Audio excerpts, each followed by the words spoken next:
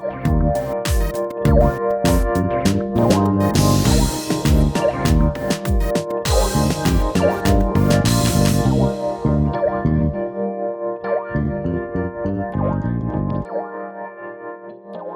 and welcome to another episode of Our Own Devices. This time, as we have done before, we're going to talk about products coming out of India and how they are maybe really thinking out of the box. Uh, with us this time is Navajith Karkera, who is the founder of Sonic Lamp. Navajith, welcome to the show. Thanks a lot, Nandagopal.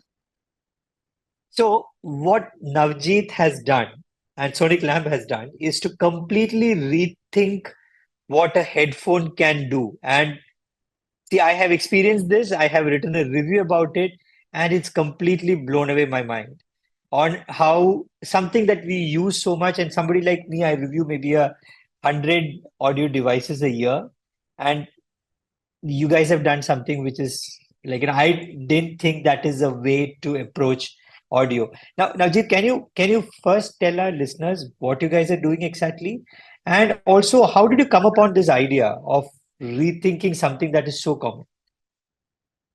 Sure, Nandagopal, and thanks for the opportunity to have this discussion. So it all started, I think it started with my early childhood days. So my dad had like set up a high-end Japanese home theater system because he was an audiophile, and I grew up listening to good quality sound.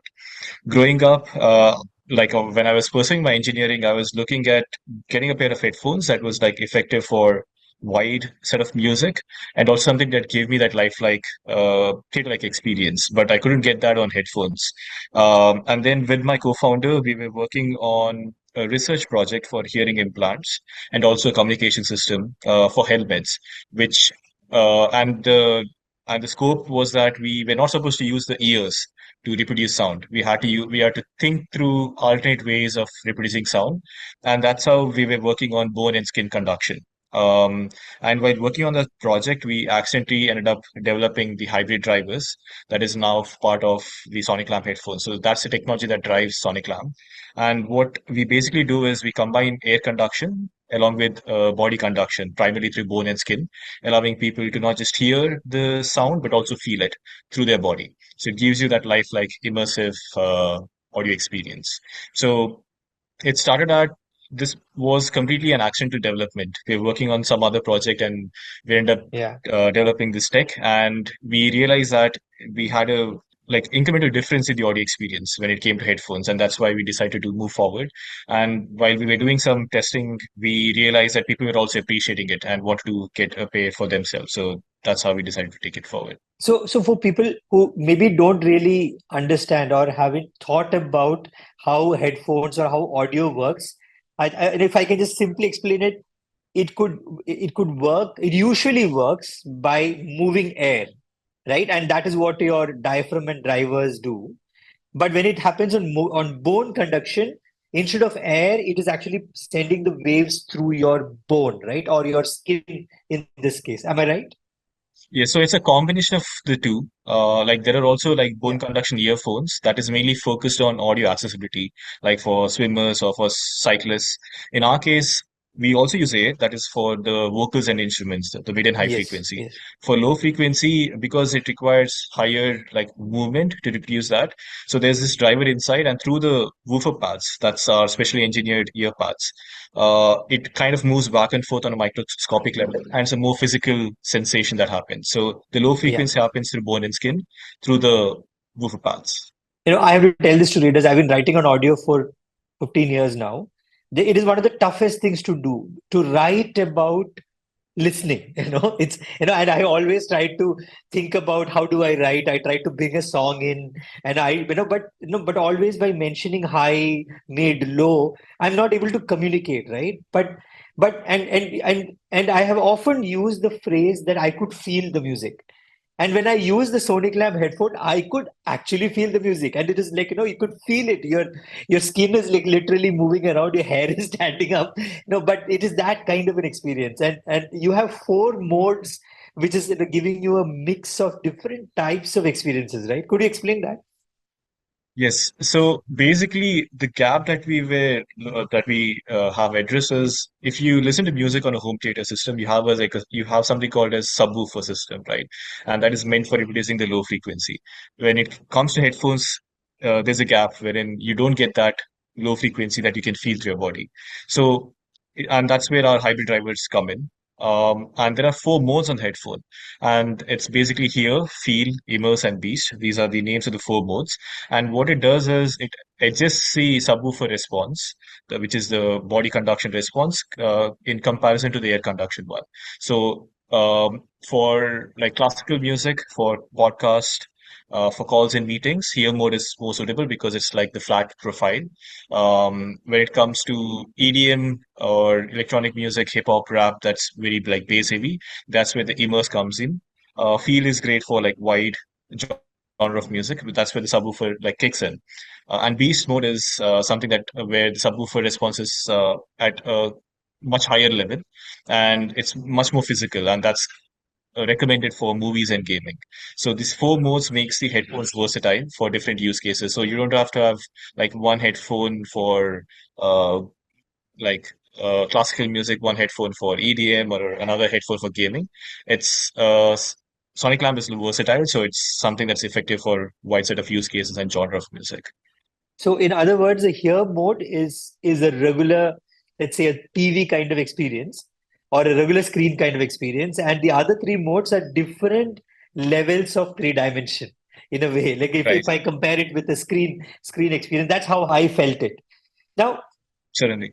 again, yeah, I understand that you hit upon this idea by accident, but then again, Indian companies don't really venture into this space, right? Like, headphone is a space where there are companies which have developed it, developed technologies. Their drivers are versions of something that happened maybe 100 years ago.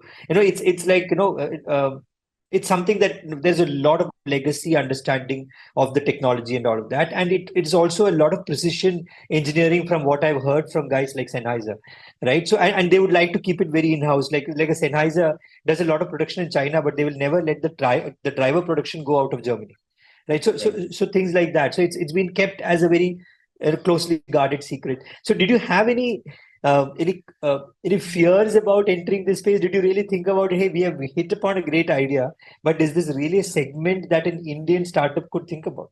Yeah, I mean, it was definitely challenging. In the beginning, when we made the prototypes, it was meant for our personal use, for me and for Jagat.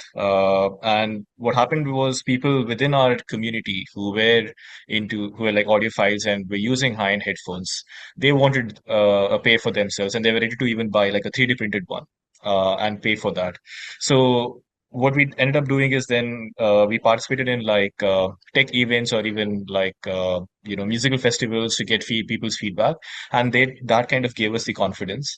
And then we did like a crowdfunding campaign last year where we have like orders from 50 countries.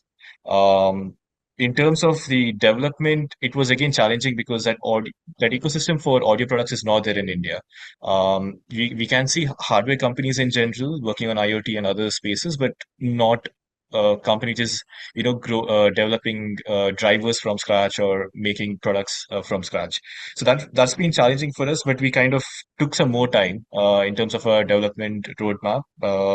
It took us more time than what we expected, but what ended up happening is that we ended up not just designing the headphones in India, not even like we also ended up developing the technology and also manufacturing it in India completely. The other part that happened is we got into a audio accelerator program called a Sound Hub in Denmark, which is like co-founded by Bang& Olufsen and Harman. And that ecosystem gave us the necessary equipments and resources to make sure that we are building a world-class product. So we were able to test our headphones, do the tuning of our headphones using the state-of-the-art facilities.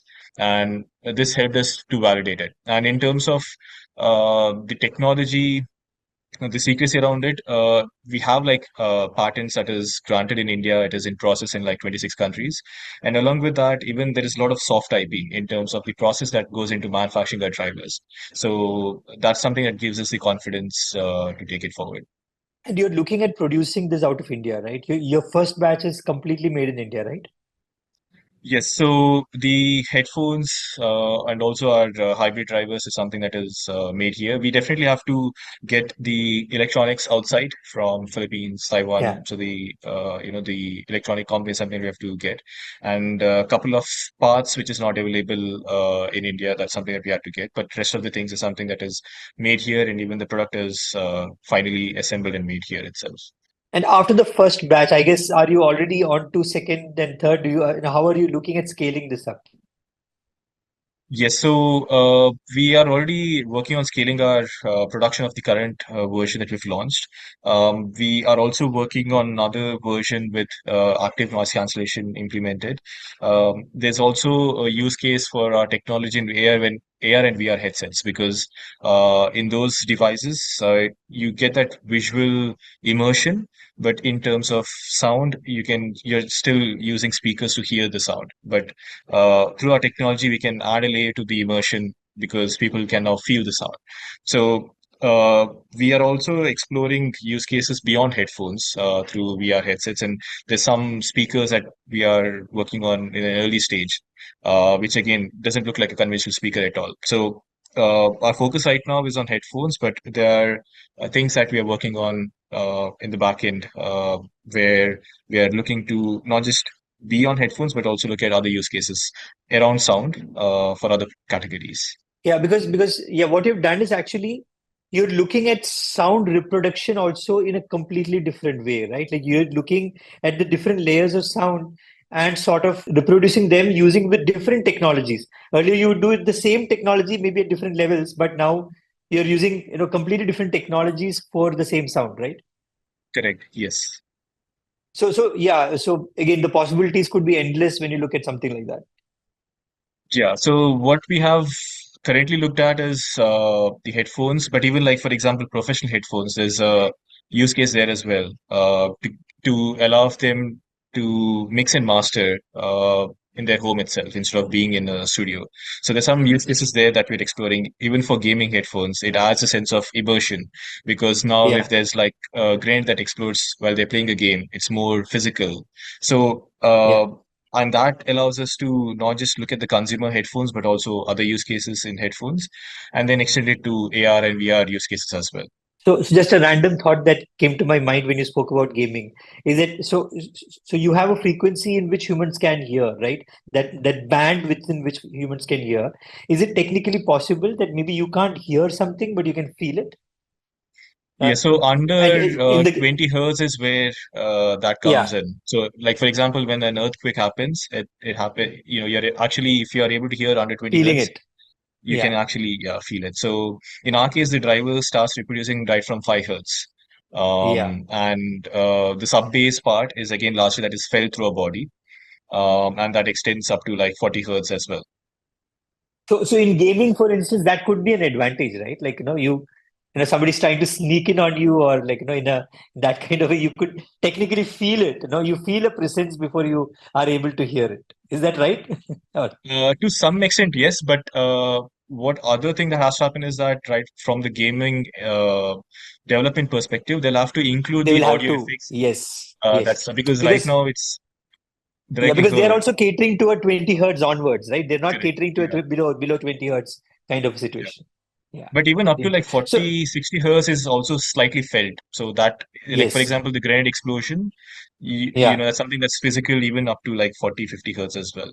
Yeah. yeah. Very interesting. Now, the other thing is when you are trying to sell a headphone like this, right?